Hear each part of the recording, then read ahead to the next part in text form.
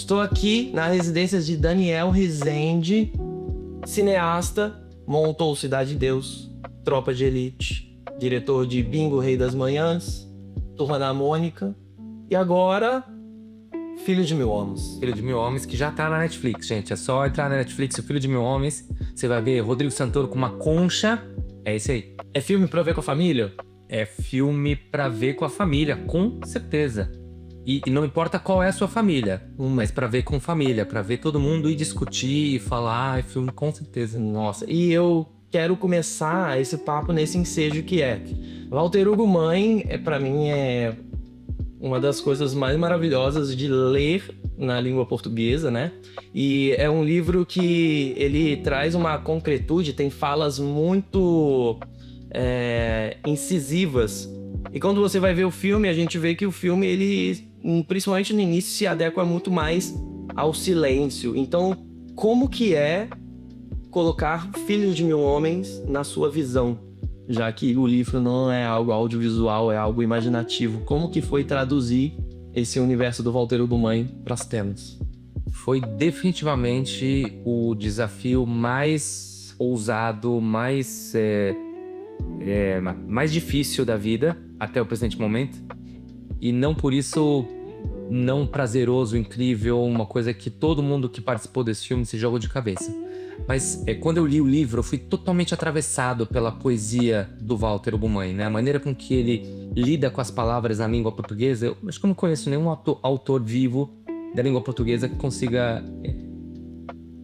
nos jogar para um imaginário, para o sensorial, para o poético, e que trate de temas tão profundos, tão difíceis, tão cruéis às vezes, mas com um afeto, com uma esperança, é muito impressionante.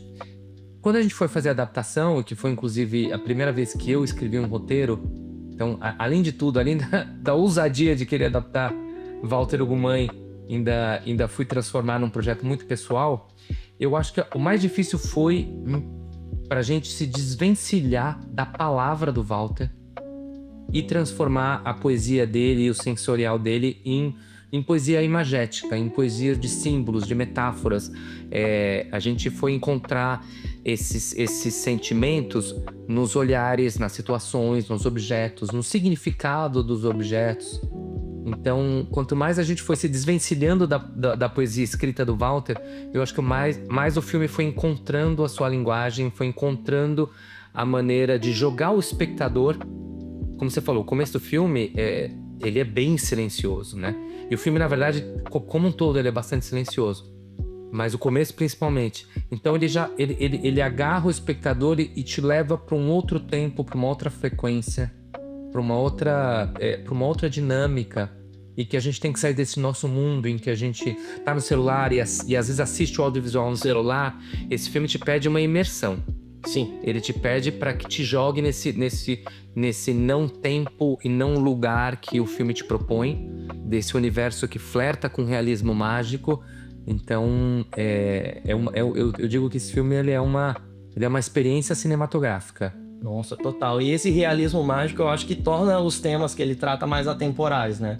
Esse não lugar, esse não tempo. E você pensa, isso é de época, mas não é de época porque tem uma geleia industrializada. Então você vai conversando as coisas e você vê que não é tanto sobre um recorte histórico, não é tanto sobre um recorte social, é mais sobre um recorte emocional, é sobre família, sobre masculinidade. E eu queria muito saber de você o quanto existe do Daniel Rezende, principalmente do Daniel Rezende pai, ali no filme, porque é um filme que fala muito sobre masculinidade e muito sobre família, e eu acho que as coisas convergem na palavra pai, principalmente quando a gente vê o Crisóstomo, que é o Rodrigo Santoro que interpreta, colocando o bilhete ali de pai sem filho, procura filho sem pai. Onde entra você nessa história enquanto pessoa que interage com a obra do Walter Hugo Mãe? Eu acho que todo artista, né, todo mundo que tá contando uma história, as histórias, elas são mais universais quando elas são muito pessoais, né? Então eu acho que o que eu acabei fazendo foi transpor a visão que eu tive do livro para o filme, né? Então o que eu fiz foi trazer muitas coisas de experiências pessoais minhas, que estavam dentro do recorte desse universo das personagens que o Walter Ugumãe criou, para construir essa versão cinematográfica. Então, inclusive, eu dedico o filme ao meu filho e aos meus pais, né? O filme é dedicado a eles.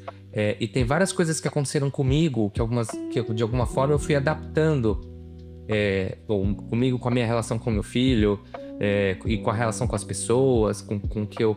E principalmente da minha visão de ser um homem branco, do masculino, que a sociedade moldou. E desde que eu comecei a perceber isso e comecei a tentar, de alguma forma, desconstruir, mas pelo menos ter a consciência e entender que existem várias maneiras de estar no mundo, existem várias maneiras de se enxergar no mundo. Existem, mais do que isso, quanto mais eu consigo abrir a minha visão para como são as coisas, mais eu consigo enxergar o outro. E esse filme é muito sobre ouvir, enxergar, acolher, estar presente, né? As relações interpessoais dessas personagens, todas que começam num lugar de muita solidão e de muita dor, de muita angústia. E você trouxe super o que você percebeu do filme, que é esse não tempo, esse não lugar, jogam a gente, enganam a gente de certa forma para dizer, não tô falando sobre eu aqui no Brasil, nesse momento, no momento que a gente tá vivendo político. Não, eu tô aqui num outro universo. Aí quando a gente percebe, a gente tá falando das mesmas coisas. Sobre ser, estar e se relacionar, né? Então, esses personagens que saem de um lugar de muita angústia e de dor e que vão acabar em torno do Crisóstomo, que quer ser pai, que quer se entender do mundo como homem, como pai, e que a gente tentou construir uma referência de masculino que a gente vê pouco na nossa dramaturgia, que ele é um masculino que escuta, que acolhe, que consegue enxergar o outro sem julgar, que cuida, que aprende junto, que não tá aqui só para ensinar. Ele aprende junto com o menino que ele tá criando, ele aprende com as pessoas que ele vai aprendendo a se relacionar. Então eu fui trazendo as experiências pessoais e de alguma forma elas criam essa releitura do livro para os fãs do livro. É bom que muita gente que lê o livro, que é muito fã do livro, assim como o Jovi, porque a gente se falou, nossa, antes de filmar, e eu sei o quanto você amava o livro. Sim.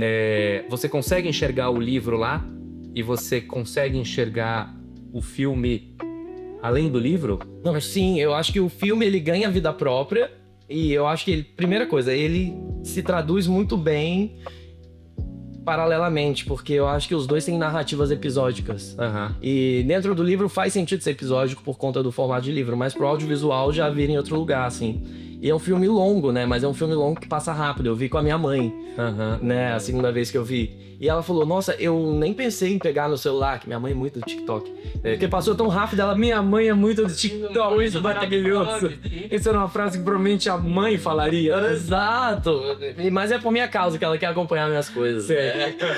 Aí, mãe é mais. Mas, então, essa narrativa episódica que faz você entrar no mundo de cada personagem de cada vez, entender, tipo, a origem de cada personagem, a história de cada um, é porque todo mundo calhou ali em volta do Crisóstomo, né? Tipo, eu acho que isso é muito forte, assim, e dialoga muito com os debates que a gente tem tido recentemente sobre conceitos de família, né? Sim. Principalmente pensando em comunidade LGBTQIAPN+, e formatos de famílias mais dissidentes, né? E, tipo, se a gente pensar 50 anos atrás, 60 anos atrás, era muito difícil a gente pensar em formatos de famílias não nucleares. Hoje em dia é o que já tá mais na mídia, mas só que ao mesmo tempo não tá pra todo mundo.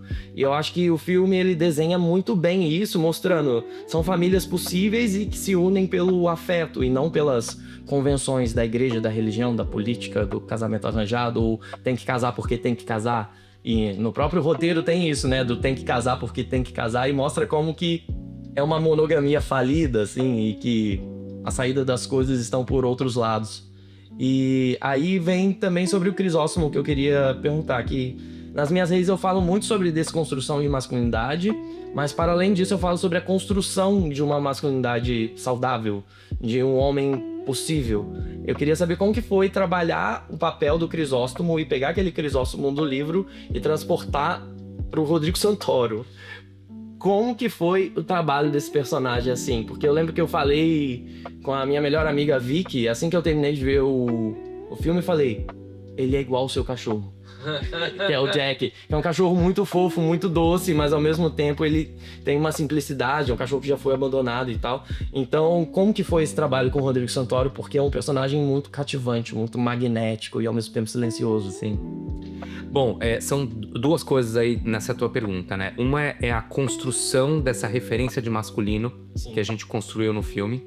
E aí, uma coisa que eu quis muito trabalhar nesse filme, que era como falar sobre a expansão de conceitos sem necessariamente ser um filme que seja cagador de regra ou panfletário pra dizer isso não pode, tem que ser aquilo, isso aqui tá errado. Óbvio que tem muitas coisas erradas no mundo, tem muitas coisas erradas no que a gente tenta também construir. Eu acho que o que o filme quer dizer é: você pode expandir os conceitos para além daqueles que a sua ancestralidade te trouxe. Sim. O que a sua ancestralidade te deixou e deixou aqui na sociedade, com seus prós e contras, é um fato, tá aqui, tá no nosso DNA. O que você faz com isso? Essa é a grande questão. O que você escolhe? Isso aqui eu quero continuar, isso aqui eu quero tentar fazer diferente. Isso aqui eu não quero manter como um disco riscado, que a gente usa muito a simbologia do disco riscado no filme. E eu quero simplesmente passar para a próxima faixa, ou ouvir o disco de trás para frente, ou ouvir outro disco, né? Eu acho que o filme ele tem essa vontade de expandir os conceitos para ver aquilo que funciona para você, aquilo que funciona para mim, e como a gente pode coletivamente, através do afeto e do acolhimento, fazer uma sociedade onde as pessoas são pessoas, as pessoas não são moldes de padrões. Sim, são possibilidades. São possibilidades, exato. Então, partindo desse princípio, eu queria muito construir, e o filme constrói alguns tipos de masculino. Você tem o masculino do avô do menino, que é um cara que lê muito, mas tem preconceitos do qual ele não consegue, ele simplesmente não consegue sobrepor esse preconceito, ele não consegue atravessar ele não consegue enxergar um cara que tá servindo um churros, ele não consegue enxergar essa pessoa. E torna isso hereditário, né? E torna isso hereditário, porque já vai moldando o Camilo. Você tem um masculino do Antonino, que também é um masculino que acessa a sua fragilidade ou a sua vulnerabilidade, mas aquilo não é necessariamente a fraqueza daquela pessoa. Acaba sendo pelo fato dele ser obrigado a viver preso no seu quarto, no seu molde, numa projeção que vem da mãe, e que provavelmente veio da mãe e do pai, que veio do avô e da avó, né, e geracionalmente chegou nesse lugar onde tenta moldar ele. Então, independente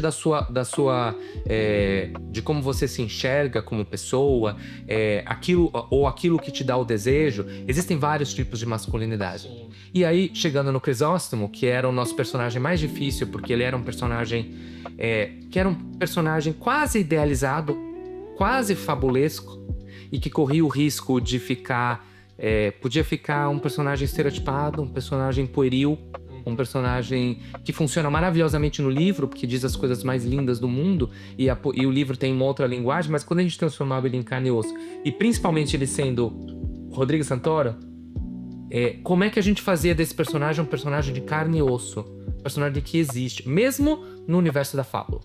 Como é que ele... Eu jamais imaginei que ele chegaria ao ponto de te lembrar o cachorro da sua amiga. Exato. Mas eu achei isso maravilhoso. Tem uma pureza e maravilhosa. Sim. Mas a gente buscou essa pureza fazendo até algumas pequenas alterações no livro, né? Porque no filme o Crisóstomo ele é um pouquinho diferente, né? Ele tem um passado que dá pra ele uma condição dessa pureza, da maneira com que ele não sabe se relacionar com as pessoas. Sim. Então ele não foi codificado pelos padrões, né, pelos padrões sociais, ele não foi codificado pelas crenças limitantes. Sim. Logo, ele não olha com julgamento. Sim. E ao mesmo tempo ele foi traumatizado por conta dessas crenças limitantes. Totalmente. Do passado dele, então ele se afasta disso. Ele se afasta. Porém, ele não lida com esse trauma com violência de volta. Muito pelo contrário. Mas quando ele não sabe se relacionar, mas quando ele sente essa vontade de ser pai, ele é obrigado a ser pai, mas para ser pai ele precisa aprender a ser pai, ele precisa entender junto. E para isso, como ele não olha com julgamento, e uma diferença muito grande que a gente faz do livro é que no livro ele fala, né? Ele fala as coisas mais lindas do mundo. No filme, ele fala muito pouco. A gente foi deixando ele muito silencioso. E aí, quando o Rodrigo pegou o roteiro, ele falou assim: nossa, esse roteiro é lindo, esse filme é lindo, eu quero fazer, mas eu não tenho a menor ideia de como fazer esse Crisóstomo, como deixar ele de verdade. E eu falei pra ele: eu também não tenho, mas a gente vai descobrir juntos. São 2 homens olhando para um personagem masculino do qual a gente não tem muita referência. Sim. E falou: vamos criar ele junto, vamos descobrir ele junto, vamos testar ele junto, vamos ouvir as pessoas. Então, no processo de roteiro, de preparação, a gente ouviu muito, eu ouvi muito, chamei mulheres muito feministas para ler o roteiro, chamei pessoas com nanismo para ler o roteiro, porque a gente trata com personagem com nanismo, chamei muitas pessoas da comunidade LGBTQIA+, para ler o roteiro e olhar, esses personagens têm dignidade, eles estão humanos, eles têm luz e sombra, eles estão personagens com quais vocês se identificam, porque eu acho que meu lugar de homem na sociedade patriarcal que a gente vive, eu fui treinado para não escutar, para saber tudo, para nunca sofrer e para entrar em conflito para ganhar. Eu não fui treinado para entrar em conflito para entender como é que é o processo. Pra ceder e pra, tipo, e pra ser isso aí que eu vou fazer. Vamos fazer junto, vamos crescer juntos. Sim. Né? Então foi um processo que ninguém que participou dele terminou igual. Todo mundo terminou um ser humano melhor. E eu digo que esse filme, as pessoas, pelo menos até agora, as pessoas que têm visto, geralmente as pessoas entram nessa experiência cinematográfica e saem pessoas melhores do que elas entraram quando elas começaram a ver esse filme. Porque elas levam o filme pra casa. Isso que a gente tava falando de que o filme te joga no realismo mágico, onde ele, de alguma forma, ele você não percebe que ele tá falando sobre nós. E quando você vê, quando você passa por essa experiência sensorial, você fala: nossa, mas eu sou assim, mas eu faço, mas por que eu não consigo escutar? Por que eu não consigo acolher? Por que eu tô sempre projetando no outro o que eu quero, o que eu acho e que eu preciso convencer? Peraí, vamos entender que a família pode ser a sua família de sangue, mas às vezes não é essa. Às vezes essa família de sangue é disfuncional. Às vezes você não é nessa. Mas você pode encontrar uma rede de afeto que pode ser você e seus primos, você e amigos, você e amigas, pode ser você e um cachorro. Exato. É tipo, sangue não é a sua amiga, exato, que é o Crisóstomo. Não, que está lá em casa nesse exato momento que ela viajou. Né? O sangue não basta pra ser família. Eu acho que isso que é uma das mensagens que eu acho muito importantes, tanto no livro quanto no filme, assim. Como que o encontro das pessoas, e hoje em dia, cada vez mais no celular e cada vez mais isoladas, né? Tipo, a promessa da internet conectar a gente fez com que a gente se cruasse, né? Totalmente. Eu acho que pensar esses conceitos de família acaba abrindo horizontes. Eu acho que é um filme que deixa rastro, né? A gente continua pensando nele depois do filme. E aí vem uma última pergunta, que é: eu percebi que o filme começa em 4:3 e ele vai expandindo o horizonte, né? E eu tenho lido muito sobre como a realidade das telas e dos vídeos verticais tem alinhado a gente de uma maneira antinatural, porque nossos olhos são horizontais e agora a gente vê coisa vertical. Então a gente dança aqui pequenininho, a gente tira foto aqui todo mundo espremido pequenininho, a gente faz tudo aqui, né? E o cinema, horizonte. Quais são os desafios de fazer um filme em tempos de vídeos verticais, em tempos de retenção em 1 minuto, em tempos onde a mídia quer gritar e Filho de Mil Homens vem pra te seduzir, vem com o pequeno, com o silêncio, com os atos, com o Crisóstomo esquentando a água pro menino tomar banho, né? Tipo, ele não precisou falar nada, ele não precisou dar bronca nele, e ao mesmo tempo, tipo, qual é o desafio de fazer um filme hoje em tempos de vídeos verticais e rolagens infinitas? Eu acho que o desafio é você entender e ter a consciência do que estamos vivendo hoje, e do mesmo jeito que o filme está falando sobre os padrões e as culturas e as crenças limitantes, né? Que não tem... Uma coisa que eu queria deixar bem claro, que eu tentei fazer no filme, é que assim, o que você ganha, o que você vem da sua ancestralidade para chegar onde estamos, que que seja como você fala o seu filho, ou como você acessa a internet, que os padrões e as crenças limitantes por si só não são necessariamente o problema. Você tem muitas coisas que as pessoas fizeram códigos sociais que são necessárias pra gente conviver em sociedade. O problema é quando esses combinados lá atrás nos prendem e a gente não consegue enxergar que existem outros caminhos além desses. Este é o problema. É essa imposição que só existe essa maneira de ver. Então, sim, vivemos um momento em que as telas definem como a gente dança, como a gente fotografa, definem. Mas será que elas nos definem? Porque eu acho que em todos os tempos, toda cultura tem sempre uma contracultura. Sim. Sempre existiu a contracultura. Então, o que eu acho mais incrível no Filho de Mil Homens é que ele é um filme que vai na contramão do que o algoritmo diz pra gente ir. Sim. Ele vai nessa contramão. Ele vai na contramão do tempo, do silêncio. A gente tá vivendo num momento em que a internet tem que chamar a sua atenção pelo grito. Cada um tá querendo gritar mais alto e mais rápido e com menos informação e com menos tempo pra prender a sua atenção, porque a nossa atenção tá totalmente sem afeto. Não existe afeto pra nossa atenção. Zero afeto. O Filho de Mil Homens vem porque existe público pra isso. A gente às vezes costuma falar, a gente erra ou peca não, desculpa, corta essa palavra, mentira, vocês vão manter. Para não usar termos religiosos, mas a gente às vezes se equivoca de achar que o mundo é uma coisa só e que ele tá indo nessa direção e não tem saída. Não tem. E o Filho de Mil Homens é uma tentativa de falar, galera, vamos fazer uma imersão aqui, deixa seu celular de lado um pouquinho, entra nesse universo, você vai sair uma pessoa melhor.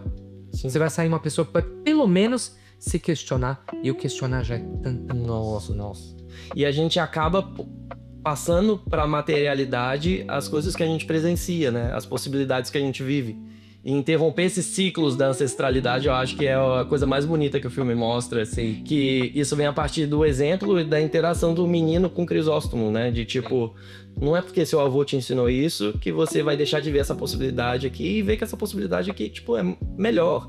É mais coerente. Melhor para você, este momento. Exato. E o poder do exemplo de mudar o futuro. Totalmente. E para que esse menino, né, e o filme trata bastante de sexualidade, para que esse menino, quando seja um adolescente, um jovem na vida adulta, ele possa se entender como uma pessoa trans ou uma pessoa homossexual ou nada disso. Ele pode ser simplesmente um rapaz cis hétero que entende as possibilidades da expressão de gênero e do acolhimento e de tipo, o preconceito não é a que vai tratar possibilidades. Vai tratar os outros com afeto, com acolhimento. Não importa como ele vai se enxergar, mas enxergar que ele pode tratar o próximo, ele pode escutar e pode tratar com acolhimento e com afeto, isso já é muita. Sim.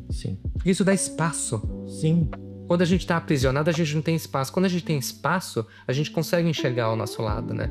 Então é por isso que o filme, como você falou, ele começa mais fechado. Ele não é exatamente 4:3, ele é um pouquinho mais aberto do que 4:3 no começo. E na contramão da vertical que a gente tá vendo o mundo nas nossas redes sociais, ele vai expandindo o mundo. O filme ele vai expandindo, quem estiver assistindo agora já presta atenção nisso, que a partir do momento a gente não percebe, mas ele vai expandindo o mundo na horizontal, que é um mundo que a gente geralmente não olha tanto assim, né? A gente olha aqui, ó. Exato. A gente olha pra cá e a gente é obrigado a expandir. E isso acontece na música também, no som do filme. O filme foi muito sensorial. Todos esses elementos vão expandindo a cor do filme. Ele começa mais esmaecido, ele vai ficando mais quente, mais colorido. Tudo isso para dar essa sensação de expansão da ideia, do conceito, expansão do seu espaço e expansão do lugar de relacionamento para se formar a família que você vai formar ou ser a pessoa que você vai ser, mas que você possa ser visto como esta pessoa, assim, que tem esse espaço, que tem esse lugar, e esse lugar onde é possível você encontrar uma rede de afeto. Sim, é um mundo de possibilidades e não de fórmulas, né? Exatamente. E o Crisóstomo começa... É tão bonito que ele começa tão sozinho com o seu boneco. Aliás, eu vim hoje com a minha camiseta do boneco. Eu visto a camisa. E aliás, peraí, que eu vou chegar, vou pegar aqui, que eu tenho uma versão, ó. Bonequinho pequenininho, que ele é muito maravilhoso. Ele é muito. O boneco do Crisóstomo. E tem uma figurinha no WhatsApp também, que tem o zap do Daniel e recebeu. Já, manda essa figurinha pra todo mundo. Não, e que depois, mais lindo, porque essa era a conexão do Crisóstomo. E no final ele também expande essa conexão. Não vai quase dar um spoiler agora no final do filme. Eu às vezes tenho esse problema, gente. Não, eu também. Eu não tenho problema com spoilers, mas chega de spoilers. As pessoas vão ver agora na Netflix, então, saindo desse vídeo. Só entrar na Netflix. Se você não viu ainda, assista, depois recomenda pros seus amiguinhos. E se você já viu, é um filme que vale ver 2 ou 3 vezes, porque você vai pegar coisas que você não viu da primeira vez. E como ele é uma experiência, tem muita coisa pra descobrir ali. Muito obrigado por esse passo. Adorei Você lá casa foi. E posso falar, eu fiquei tão feliz quando você viu o filme e você gostou do filme. Nossa, pra mim era... A gente conversava antes, né, de fazer o filme e eu falava assim, Juvi vai ver. Juvi é fã do livro, ela vai, ela vai achar coisas da... Mas eu fiquei tão feliz quando você falou, eu amei o filme. Nossa, eu amei muito. É o livro preferido do meu irmão e ele vai ver. Agora tem um outro objetivo. Sim. Saber o que seu irmão achou. Então fica pro próximo papo com o vídeo com meu irmão.